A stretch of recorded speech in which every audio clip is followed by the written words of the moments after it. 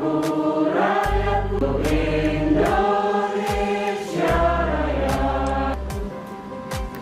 Ibu calon rutin, mari pada kesempatan hari ini nanti kita bisa berbicara itu langsung ya. Kesepakatan kita jangan sampai kita sudah melangkah ke hal berikutnya.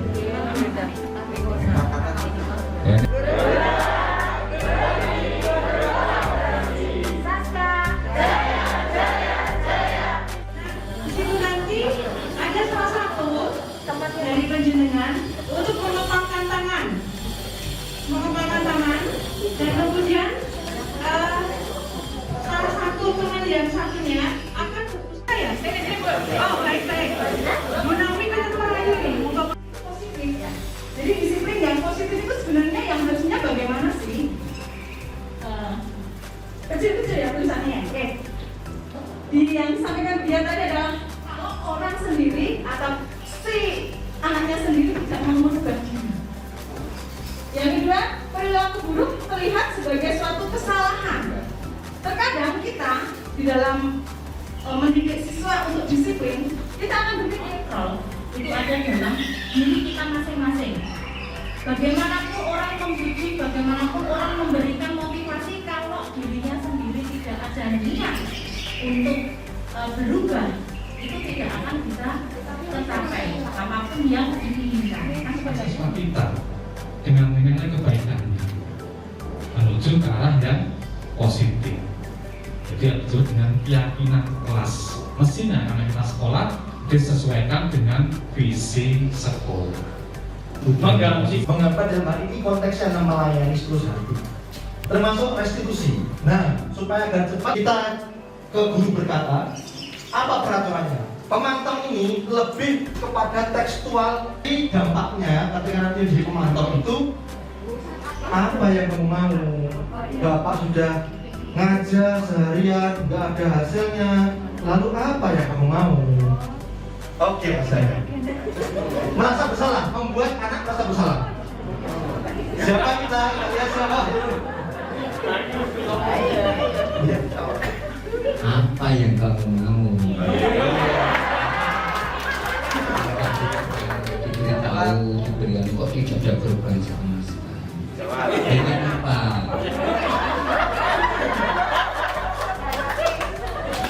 Dijawab coba, jawab.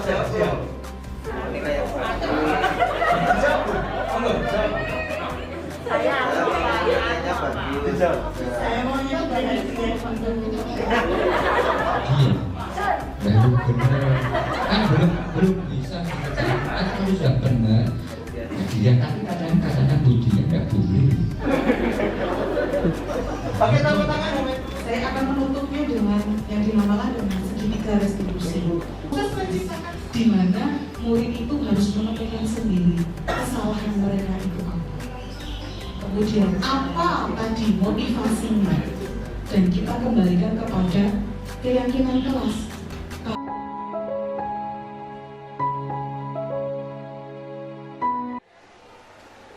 Assalamualaikum warahmatullahi wabarakatuh.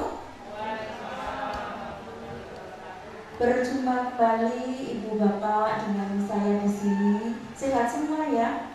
Alhamdulillah sehat semua. Ibu Bapak, terima kasih atas kerawahannya hari ini untuk mengikuti sosialisasi dari kami para kelompok calon guru penggerak angkatan 4 dari SMK Negeri 1 Surakarta.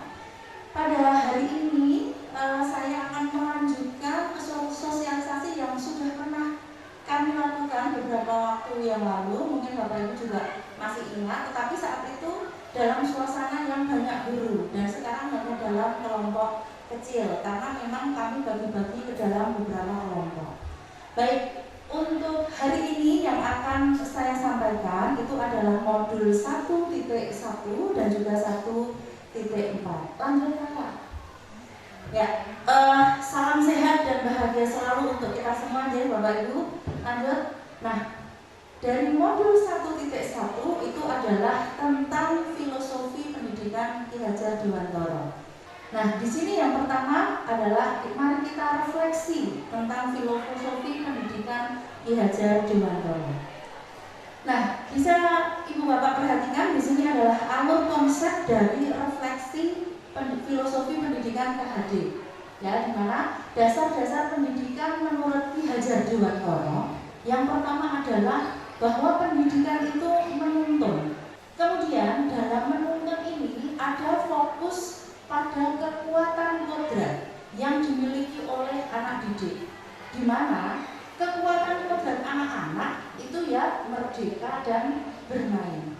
Kemudian bahwa pendidikan bukan tabula rasa. Pendidikan ini kita arahkan untuk berpihak pada anak. Kemudian tabula rasa ini lebih kepada lakunya di diri anak. Kemudian sosiokultural, di mana di situ merupakan bagaimana cara seorang guru untuk menumbuhkan budi pekerti layaknya filosofi petani. Lanjut teman. Nah, untuk yang pertama, dasar pendidikan KHD menuntun. Maksud pendidikan adalah menuntun segala kekuatan kodrat yang ada pada anak-anak agar mereka dapat mencapai keselamatan dan kebahagiaan yang setinggi-tingginya baik sebagai manusia maupun sebagai anggota masyarakat. Nah, kita Bapak Ibu sebagai seorang pendidik itu hanya dapat menuntun tumbuhnya atau hidupnya kekuatan kodrat yang sebenarnya sudah dimiliki oleh anak-anak kita. Nah, di mana dalam kodrat ini nanti kita menuntun agar kita bisa memperbaiki laku hidup dan tumbuhnya kekuatan kodrat yang ada pada anak tersebut. Slogan yang sudah kita semua ketahui, bahkan ada yang menjadi lambang dari pendidikan di Indonesia, yaitu Engar Sosong Tulodo, Ing Madya Manungkarso, Tut Wuri Handayani. Di mana kesemuanya ini Engar Sosong Tulodo, kita sebagai guru di depan memberi contoh. Ing Madya Manungkarso, ketika di tengah-tengah anak-anak kita membangun semangat anak-anak kita. Dan Tut Wuri Handayani di belakang kita memotivasi, memberi dorongan agar mereka bisa mencapai keselamatan dan kebahagiaan sebagai manusia maupun sebagai anggota masyarakat. Pengaruh pengajaran itu umumnya memerdekakan manusia atas hidupnya lahir. Kemudian sedang merdekanya hidup batin itu terdapat dari pendidikan. Merdeka batin itu dari pendidikan, kemudian merdeka lahir dari pengajaran. Nah, kemudian kodrat anak yang selanjutnya yaitu bermain.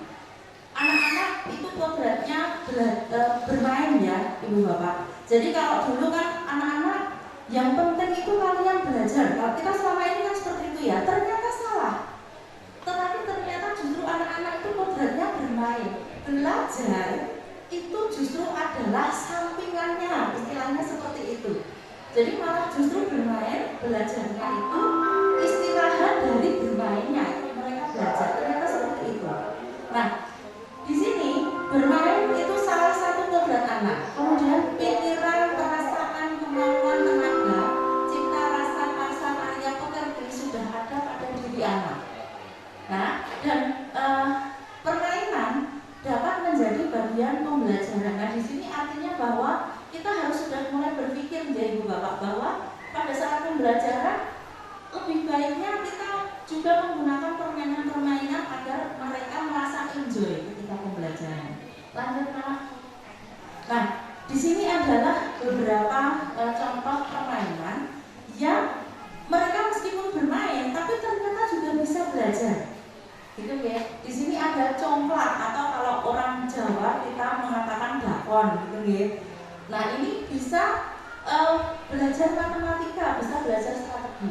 Kemudian gobak sodor, ini ada nilai-nilai di dalamnya dan ada strateginya. Nah, saya baru tahu dari guru bahasa Inggris kalau ternyata gobak sodor ini asal katanya dari bahasa Inggris. Ya, go, back, so, door. Ternyata seperti itu. Ya, jadi door itu kan pintu artinya memang kita mencari pintu. Makanya kita kalau main gembok senter kan masuk dan keluar biar tidak kepegang kan gitu ya. Lanjut Pak. Nah kemudian sekarang pendidikan yang berpihak pada anak. Ini untuk yang merah-merah ini adalah kata kunci dia Bapak Ibu. Bebas dari segala ikatan, dengan suci hati mendekati sang anak, bukan untuk meminta hak, melainkan untuk berhamba pada sang anak. Nah berhamba ini jangan disalahartikan, jadi bukan kalau dari guru agama pasti berhamba itu berhamba kepada Tuhan, pada Allah. Tetapi berhamba di sini adalah maksudnya kita menunjukkan ketulusan dalam mengasuh anak-anak kita. Nah kemudian di sini pokok pendidikan terletak di dalam pangkuan ibu bapak, karena hanya ada dua orang inilah yang dapat berhamba pada sang anak dengan semurni-murninya dan seikhlas-ikhlasnya. Sebab cinta kasihnya kepada anak-anaknya boleh dibilang cinta kasih tak terbatas. Artinya ibu bapak, kita harus juga bekerja sama dengan orang tua dari siswa-siswa kita. Karena apa? Dengan hanya bekerja sama dengan orang tua ini, kita bisa betul-betul dapat menghamba pada anak seperti yang dimaksudkan Hajar Dewantara. Nah, kemudian dasar pendidikan bukan tabula rasa. Seorang anak itu kalau kan ada ya teori tabula rasa bahwa anak itu terlahir putih suci, belum ditulisi apapun. Kitalah yang nanti menulis. Nah ternyata kalau berdasarkan kelahiran tidak seperti itu. Tetapi anak ini terlahir sudah dengan kodratnya. Ya, nah tetapi kalau pada anak kodrat ini masih semacam tulisan yang tipis-tipis. Nah tugas kita sebagai guru itu adalah tadi menuntut anak agar tulisan yang tipis-tipis ini tadi bisa kita tebalkan untuk bekal mereka nanti jadi manusia yang seutuhnya. Lanjut Pak. Nah ini menebalkan lampu anak itu dengan kekuatan konteks diri anak dan juga sosio-kultural budaya. Nah di dalam bukan tabula rasa di sini Ki Hajar Dewantara itu secara psikologis membagi masa anak dari mulai usia 0 sampai dengan 24 tahun. Ya, di sini ada beberapa tingkatan yang disebut wiraga dan wirama. Tetapi dari wiraga menuju ke wirama ini terdapat beberapa step. Ya, dari wiraga saja yang berarti raganya secara motoriknya dari usia 0 sampai 8. Kemudian wiraga wirama. Nah, wiraga wirama ini usia anak 8 sampai 16 tahun. Di sini anak mulai selain raganya, tetapi dia juga mulai mengenal konsep-konsep, kemudian pengenalan riset, ya, kemudian juga menguasai teks. Nah, ini dilakukan bisa secara mandiri maupun juga secara kolaborasi. Dan kemudian pada tahap wirama, ketika anak-anak sudah mencapai tingkat SMA, disitulah anak-anak mulai dia akan memilih pilihan yang berefek pada masa depan mereka nanti. Disinilah pentingnya kita sebagai guru SMK itu untuk membantu anak-anak kita menebalkan tadi ya, menebalkan kodrat mereka untuk memilih kehidupan mereka sesuai passion mereka masing-masing. Dan ini adalah gambaran-gambaran ya antara wiraga, wirama dan juga wirama. Next Pak. Nah, di sini kemudian dasar pendidikan yang selanjutnya adalah budi pekerti. Budi pekerti, watak, karakter adalah bersatunya atau perpaduan harmonis antara pikiran, perasaan, kehendak, kemauan sehingga menimbulkan tenaga dan semangat. Nah, dengan budi pekerti ini, Ibu Bapak, jadi anak-anak ini akan nanti mereka juga secara pribadinya juga akan menjadi harmonis dan ini bisa dilatih. Ya, budi pekerti, watak, karakter ini yang bersatu itu bisa dilatih. Contohnya, next Pak ada contohnya. Nah, contohnya dengan ini bermain gamelan. Karena bermain gamelan ini kan memang butuh kekompakan, butuh kolaborasi sehingga dan ini butuh perasaan. memainkan gamelan itu butuh rasa agar bisa menciptakan nada yang bagus dan tidak sumbang. Kemudian juga menenun.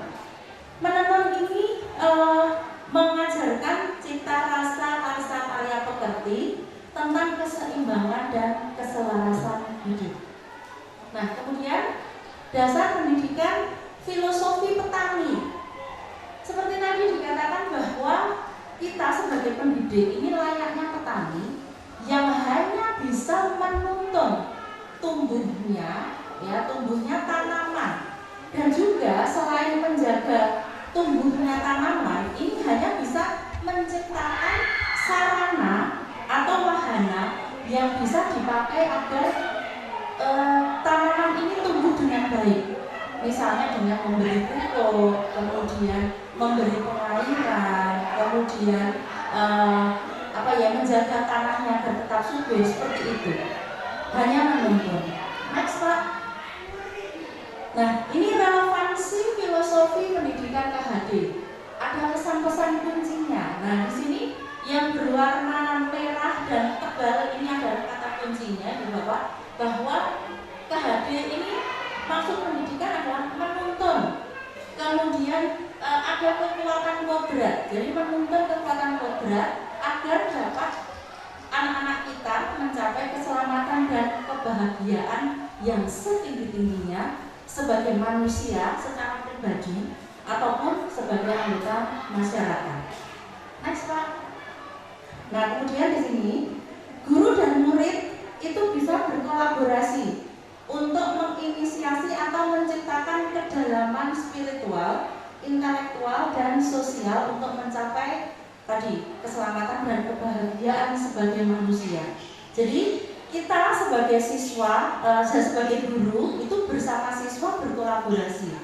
Kita sebagai fasilitator, kita memfasilitasi penuntun. Seperti itu, dia. Lanjut, Pak.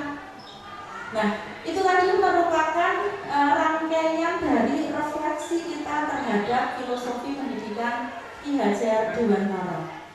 Nah, kemudian sekarang untuk yang budaya positif. Budaya positif ini di sini apa yang akan kita pelajari? Lanjut, Pak. Nah, budaya positif atau ekosistem positif itu diibaratkan seperti petani tadi, bahwa petani yang menuntun dalam rangka menuntun tumbuhnya tanaman, ini kita berusaha menciptakan wahana atau lahan yang bisa membuat tanaman kita yang tadi kita tuntun itu bisa berkembang dengan baik. Yaitu caranya kalau petani ini dengan memperbaiki kondisi tanah, kemudian mempertahankan pupuk, diberi pupuk, diberi pengairan, kemudian kalau ada ulat, kemudian ada hama, itu berusaha untuk kita basmi sehingga nantinya tumbuhan yang kita tanam kalau sebagai petani itu dapat tumbuh dengan subur. Kalau kita sebagai guru, ketika kita bisa menciptakan iklim yang positif di sekolah kita, maka anak-anak kita ini bisa berkembang dengan baik sesuai dengan kodratnya mereka masing-masing. Seperti itu. Nah, kemudian di dalam budaya positif ini terdapat beberapa pokok pembicaraan yang pokok permasalahan yang sudah beberapa juga kita bahas pada sosialisasi yang pertama. Nah, di sini untuk yang pertama di dalam budaya positif adalah kita harus merubah paradigma, ya, di mana ada teori kontrol. Sebenarnya ilusi teori kontrol itu artinya bahwa kita tidak bisa mengontrol orang lain. Ya, nah di sini ilusinya, ilusi yang selama ini kita percayai bahwa guru itu bisa mengontrol murid. Padahal kayaknya itu nggak bisa. Murid itu mungkin bisa tenang misalnya seperti itu. Tetapi hanya pada saat itu, pada saat yang lain nanti 5 menit lagi aja mungkin dia sudah berubah. Ini artinya bahwa kita tidak bisa mengontrol murid kita. Kemudian ilusi bahwa kritik dan membuat orang merasa bersalah dapat menguatkan karakter. Padahal mungkin justru sebaliknya. Dengan kita membuat mereka merasa bersalah dan kritik itu justru akan berakibat pada psikologis mereka yang tidak berkembang dengan baik.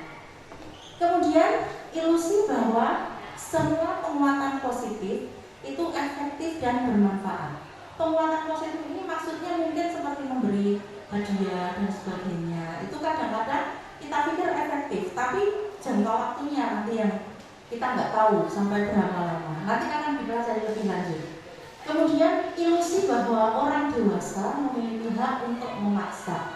Ini mungkin tidak pada murid, tetapi sering kita pada anak kita sendiri suka memaksakan sesuatu seperti itu, gitu. Jadi ini lho seperti itu ya. Nah, kemudian bagaimana agar kita mengatasi tadi supaya kita tidak berada terus-menerus dalam ilusi? Kita perlu belajar ini, Bu Bapak, ada teori motivasi perilaku manusia. Kita perlu tahu dulu sejauh mana motivasi anak-anak kita dalam mengikuti kita, ya, dalam rangka mereka berusaha untuk menjadi versi mereka yang terbaik oleh gurunya ini. Kita perlu tahu dulu motivasi mereka. Nah, teori motivasi sendiri ini ada dibagi menjadi dua, motivasi eksternal, ya, atau ekstrinsik, dan motivasi internal atau intrinsik. Motivasi internal berarti dari dalam diri mereka sendiri. Kalau eksternal ini ya dari luar, faktornya dari luar. Mungkin karena anak takut ketika melanggar tata tertib dihukum, atau misalnya ketika anak-anak itu kita berikan ujian, wah pinter, hari ini kamu belajar dengan baik dan sebagainya. Jangan-jangan dia motivasinya hanya itu saja untuk mendapatkan pujian dari kita. Nah, ini artinya semua masih dari luar.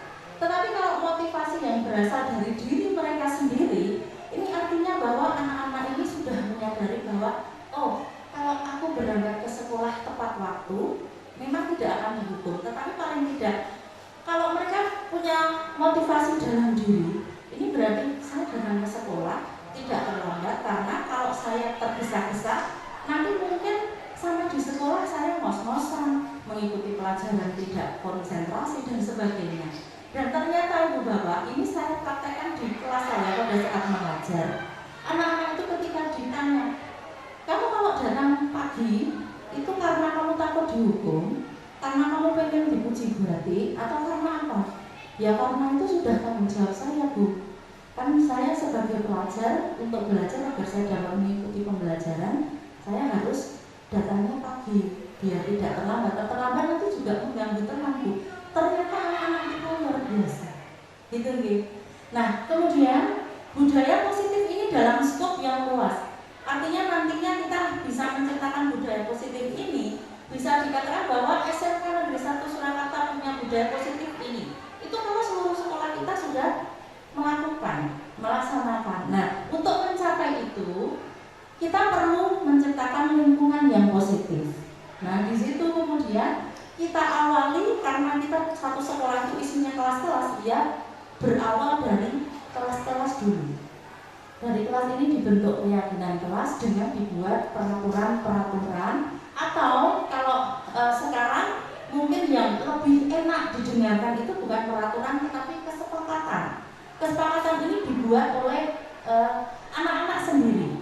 Ini sudah saya praktekkan juga, ya Bapak, untuk kesepakatan kelas ini. Anak-anak, bahkan kemarin saya baru mengenal kata 3K itu dari usulan anak-anak. 3K ini adalah ketertiban, kenyamanan, keamanan. Itu mereka sendiri membuat. Itu jadi itu sudah, kalau hanya 3 kata itu saja bisa melingkupi banyak segi, Ibu Bapak. Tuh, nah, kemudian peraturan sendiri Ibu Bapak dibuat itu ada maksudnya, ada tujuannya. Nah, di sini keyakinan kelas atau nilai kebajikan yang dituju dari peraturan itulah yang perlu kita tanamkan kepada anak-anak kita. Tidak hanya sekedar mereka hadir di sekolah tepat waktu, kemudian mereka mengikuti pembelajaran dengan baik, tetapi nilai-nilai kebajikan ini yang perlu kita tanamkan kepada mereka. Nah, kemudian sekarang dihukum oleh penghargaan. Loh, penghargaan kok dihukum itu gimana? Ternyata penghargaan ini bisa justru menjadi semacam hukuman secara tidak langsung. Artinya bagaimana? Contohnya, pengaruh dari hadiah seperti yang tadi saya katakan berarti nanti jadi motivasi eksternal. Nah, maka anak-anak ini mendapatkan motivasi, tidak mendapatkan hadiah, mungkin mereka nanti jadi gelo dan sebagainya. Itu jadi jangkanya ini tidak panjang kalau kita memberikan hadiah atau penghargaan. Kemudian penghargaan menghukum, ini sama dengan tadi ya, ketika anak yang tidak dengan baik melakukan, ya tidak diberi penghargaan seperti itu. Kemudian dan nanti yang lain masih bisa dipelajari ya. Sekarang ini adalah contoh-contoh dari tindakan guru mana yang masuk hukuman dan sanksi. Ini kayaknya sudah kita pakai di permainan saat sosialisasi yang lama ya. Lanjut saja Pak. Nah, kemudian di sini ada perbedaan hukuman dan juga sanksi atau konsekuensinya. Nah, ini hal yang paling saya ingat di sini, adalah bahwa ketika orang itu melakukan satu kesalahan, kalau zaman dulu itu dianggap sebagai melakukan satu tindakan dianggap sebagai satu kesalahan. Tetapi sebenarnya orang melakukan sesuatu itu pasti ada motivasinya. Ini ya yang paling saya ingat itu di situ. Nah, kemudian di dalam budaya positif kita perlu juga mempelajari tentang kebutuhan dasar manusia, di mana anak-anak kita ini sebenarnya ketika mereka melakukan sesuatu tadi seperti yang saya katakan pasti ada alasannya. Dan alasannya ini apa? Ternyata mereka ada kaitannya dengan kebutuhan dasar ini. Apakah cinta kasih, apakah penguasaan, kebebasan atau kesenangan. Dan nantinya setelah semua kebutuhan ini ingin dipenuhi, itu adalah untuk survival, untuk bertahan hidup, seperti itu.